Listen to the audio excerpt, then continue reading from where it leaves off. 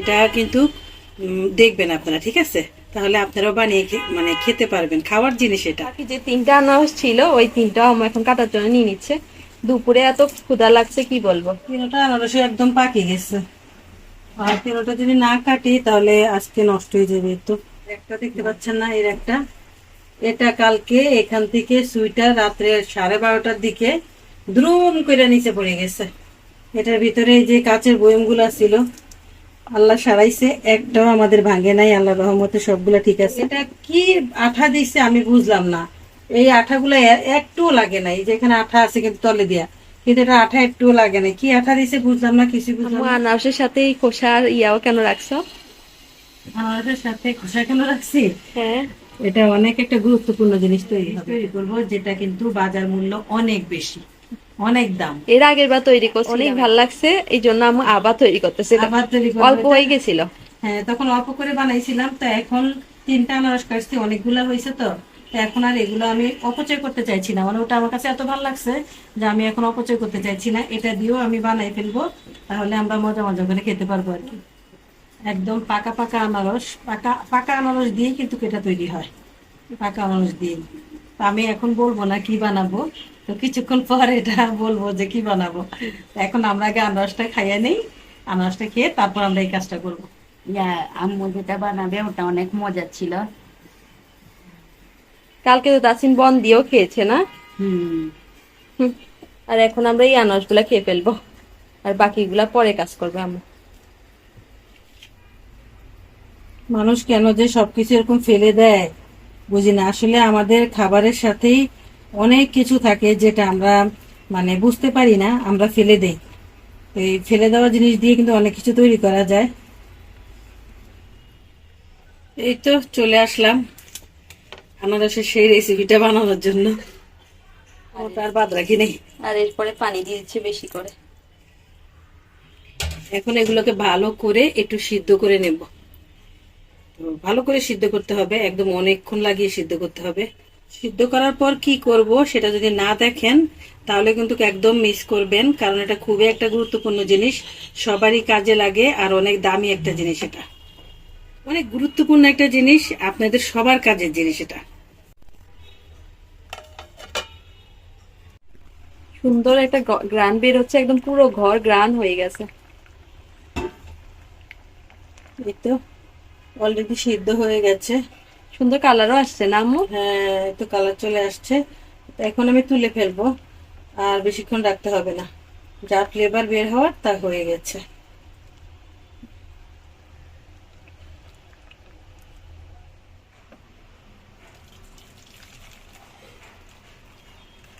থাকার পর তো দেখি অল্প একটু পানি হয়েছে।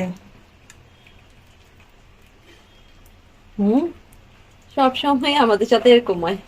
আমরা আবার অল্প করে পানি দিয়েছি, কই বেশি, এত বেশি কে খাবে। হ্যাঁ, এখন দেখি আমগুই অল্প হয়ে গেছে।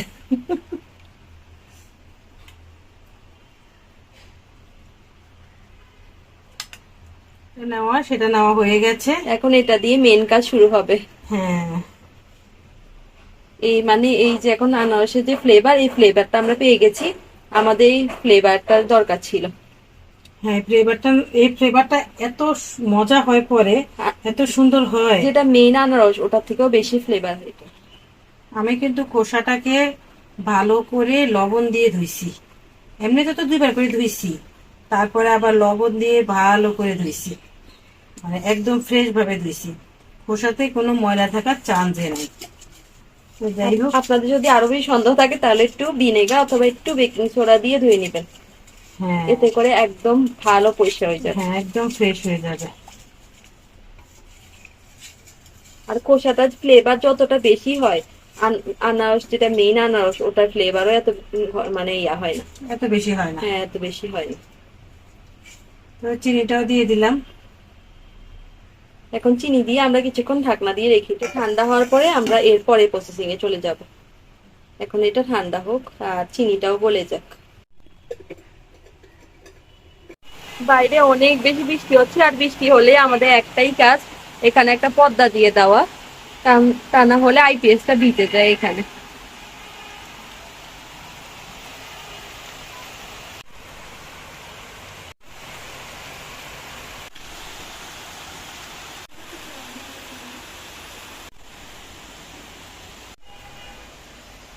আমাদের আনারসের ইয়াটা একদম রেডি হয়ে গেছে, এখন আমরা এটা চুলায় বসিয়ে দিব।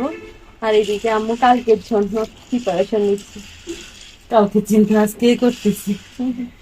তো কালকে এই চনার ডালগুলো রান্না করব, তো আজকে এই জন্য ভিজিয়ে দিলাম, কারণ এগুলো চুলতে হবে, তো রাত্রে বসে চুলে ফেলবো। চিনি একদম গলে গেছে। আজকে একটু বেশি হবে আগের দিনের চাইতে।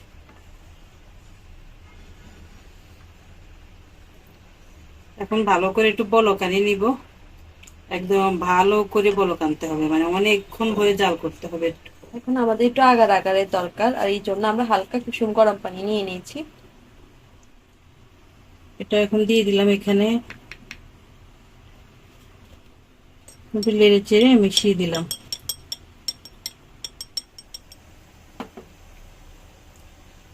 এখন এখানে মিশিয়ে দিলাম। ব্যাস, আর আরো কিছু উপকরণ আছে সেগুলো দিচ্ছি। আর কি বানাচ্ছি এটা বলি দাও এখন। বলবো? হ্যাঁ, আম্মু জেলি বানাচ্ছে, আমি বলি দিই। সত্যি আসলে আমি জেলি বানাচ্ছি। জেলিটা আমরা অনেক পছন্দ করি পাউরুটি দিয়ে খাওয়ার জন্য। অল্প একটু এই জর্দা রং দিছি না, হ্যাঁ, অল্প একটু জর্দা রং দিছি। আমাদের কাছে ইউলো ফুড কালার নাই, এই জন্য একটু জর্দা রংটা ইউজ করলাম। আর এটা খাওয়ার রং আর কি। আর আম্মু কিছুক্ষণ আগে একটা অঘটনও ঘটাইছে। এই যে আমার অবটনটা, আমি ঢালার সময় টুস করে বেশি পড়ে গেছে। এই জন্য আমি সবসময় বলি যে আগের থেকে একটু ঢালি নিতে। আম্মু আসলে সবসময় আমার ছোট ছোট চামিচ আছে, একটা ঢুকাই রাখবো এখানে।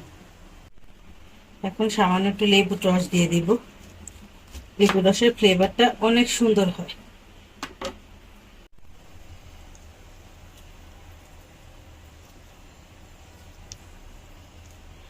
বেশি দিও না, হ্যাঁ, বেশি দিও না, বেশি টক হয়েছে। আচ্ছা, অল্প একটু দিলাম। আমার থেকে আবার জেলির ভিতরে টক জেলি একদম ভালো লাগে না, আমার মিষ্টি জেলি অনেক পছন্দ। যেহেতু অনেকগুলো বানাচ্ছি, মানে অনেকটাই বানাচ্ছি, খেতে অনেক সময় লাগবে, এই জন্য এখানে এখন দিয়ে দেবো একটু করে ভিনেগার। অল্প করে এখানে ভিনেগার দিয়ে দিব, কারণ বেশি ভিনেগার দিলে আম্মু আবার ভিনেগার ফালাই দিছে এবার। তো ভিনেগারটা দিয়ে দিলাম। তো এখন এটা নষ্ট হবে না, অনেক দিন ভালো থাকবে। আজকে আমার কি হয়েছে জানি না, শুধু বেশি বেশি পড়ে যাচ্ছে সবকিছু। এখন আবার অতিরিক্ত ভিনেগার নিচে সব ফালাই দিল। এখন আরো কিছুক্ষণ এভাবে একটু একটু করে জাল করে নেব, বেশিক্ষণ না, অল্প কিছুক্ষণ আবার জাল দেখেন করে নেব। কালারটা কত সুন্দর আসছে। আর এইভাবে যে মানে আনারসের খোসা দিয়ে যে আপনি জেলিটা বানিয়ে দিয়েছেন সবাইকে, এটা কেউ বুঝতেই পারবে না। সবাই ভাববে যে আনারস দিয়েই মনে হয় তৈরি করেছেন। এত সুন্দর ফ্লেভার আসতেছে পুরা। আমরা আগেরবার যেটা বানাইছি সেটা অলরেডি আমাদের খাওয়া হয়ে গেছে, মানে অল্প একটু আছে। সেটাও আপনাদেরকে দেখাই দিব, হ্যাঁ। তাইলে আপনারা বিশ্বস্ত হয়ে যাবেন যে আসলেই জেলিটা অনেক মজার।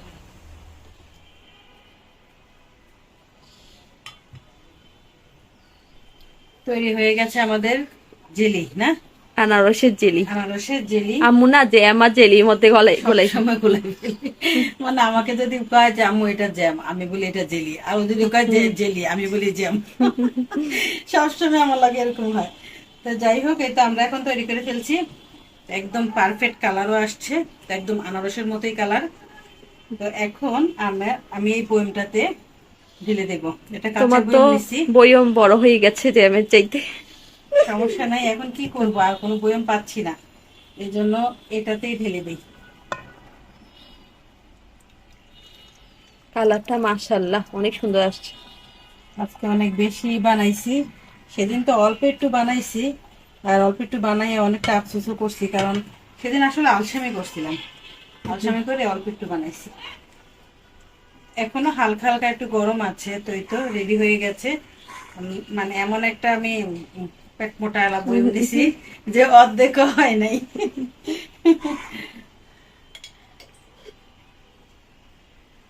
এটা এখন এরকমই আছে, কিন্তু এরকম থাকবে না, জমে যাবে। এটা জমে যাবে কিছুক্ষণ পর। আর জমে গেলে তখন কিরকম হয় সেটাও এখন দেখাচ্ছি। আপনারা কিন্তু চাইলে এরকম আনারসের জ্যাম বানিয়ে সারা বছর খেতে পারেন, আর অনেক মানে টাকা সাশ্রয় করতে পারেন ঘরের। হ্যাঁ, এমনিতে একটা জ্যামের বয়াম যদি আপনি কিনতে যান তাহলে দেখবেন যে এটা অনেক টাকা দাম নেয়, অনেক টাকা নেয়। তো এটা যদি ঘরে আমরা তৈরি করতে পারি তাহলে ক্ষতি কি, আরো আমরা মেডিসিন ছাড়াই খাবো এটা। এটা অনেক মজা, আমিও খেয়েছিলাম, একবার খেয়ে অনেক মজা লাগছে। আবার বোনের সাথে খাইছিলাম। হ্যাঁ, আর এই যে আমরা ছোট্ট করে মানে একটা দেখাই দিই যে আমরা আগে যে বানাইছিলাম, মানে বেশি দিন না, এই 5-6 দিন আগে বানাইছিলাম, সেটা কেমন হয়েছে এই তো একদম কি পারফেক্ট হয়েছে না? একদম পারফেক্ট জেলি, হুম, ওই বাজারে অরেঞ্জ জেলি গুলা যেরকম ঠিক হ্যাঁ, সেরকম। একদম ঠিক সেরকম। তো এই তো আমরা আমরা বানাইছি যে এটা আমরা অর্ধেকটা অলরেডি খেয়ে ফেলছি, আর এইটুকুই আছে। অল্প করে বানাইছি, হ্যাঁ, দেখছেন। আনারস কিন্তু সবসময় পাওয়া যায় না। হুম। এই এখনই আনারসের সিজন, এখনই এই ভালো আনারস পাইলে তারপরে এখনই বানাই ফেলেন, কারণ এই ভালো আনারস গুলা এখনই পাবেন। আনসিজনে এটা একদম বাজে হয়, আর আনসিজনে গুলো বানানো উচিত না, কারণ এগুলোতে বেশি মেডিসিন থাকে।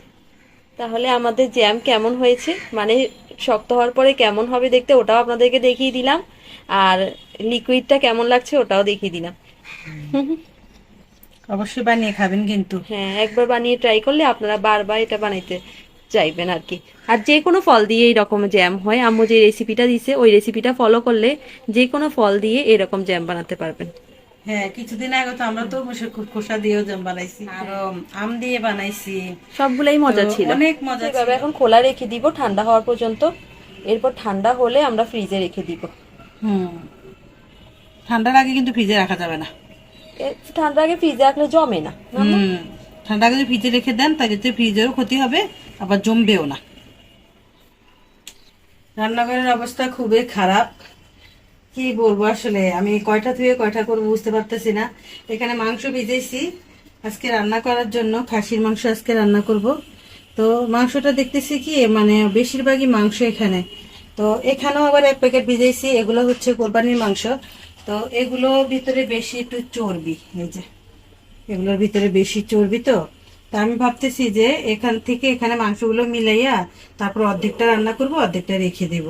তো যেহেতু এখানে একটু বেশি চর্বি, এখানে একটু বেশি মাংস খাওয়া হয় নাই। নান রুটি বলে কথা, একটা খাইলেই পেট ভরে যায়, দ্বিতীয়টা খাইতে পারি না। ভালো হয়েছে তো, বিকালে আমরা মাংস দিয়ে খেয়ে ফেলতে পারবো। হ্যাঁ, এটার জন্য আমি এখন রেখে দিচ্ছি, আমি মাংস সাথে রান্না করি, তাহলে বিকেলে তোমরা নান রুটি দিয়ে মাংস দিয়ে খাইতে পারবে। আব্বু কালকে এতগুলা কাঁঠাল নিয়ে আসছে, এত কাঁঠাল যে কখন খেয়ে শেষ করবো জানি না। এখানে কিন্তু 3-4 গাছের কাঁঠাল একসাথে, মানে একটা গাছে সব কাঁঠাল না, 3-4টা গাছের কাঁঠাল এখানে একসাথে করে নিয়ে আসছে। দিন আগে আমি এই কলমি শাকের ডাঁটাগুলো এখানে পানিতে ভিজিয়ে দিয়েছিলাম, আজকে দেখেন কি সুন্দর পাতা হয়েছে।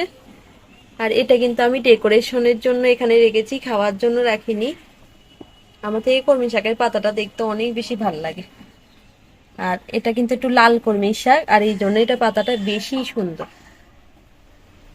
কালকে রাত্রে এই যে ডালটা ভিজেছিলাম, তো রাত্রের 12:30 পর্যন্ত আমি এই ডাল ছুলছি, 12:30 পর্যন্ত ছুইলা তারপরে শেষ করে নর্মাল ফ্রিজে ওগুলোকে রেখে তারপরে ঘুমাইছি। শুধু একটু ভালো কিছু খেতে হলে একটু কষ্ট করতে হয়। একদম ঠিক কথা বলছো, তো একটু কষ্ট করে এটা ছুলছি, ছুইলা তারপরে আজকে এখন রান্না করতেছি। অবশ্য কালকে তিশা যখন নামাজ পড়তেছিল, মানে এশার নামাজ পড়তেছিল, তখন ভাবছিলাম ও নামাজ পড়ে আসলে বলবো যে আমার কয়টা ছুইলা দাও। আমি দেখি ও আসে না, আমি ভাবছি কি ও মনে হয় বসে বসে দোয়া দৌড় পড়তেছে।